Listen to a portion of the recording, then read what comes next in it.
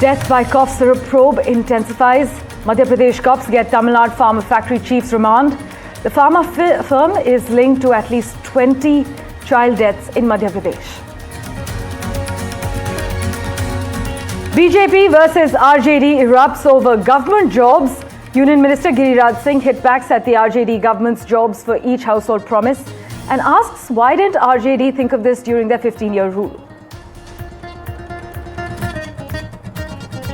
All eyes on the Tata Trust Board meeting scheduled for today. The meeting comes at a time when there are reports of a bitter turf war within the trust.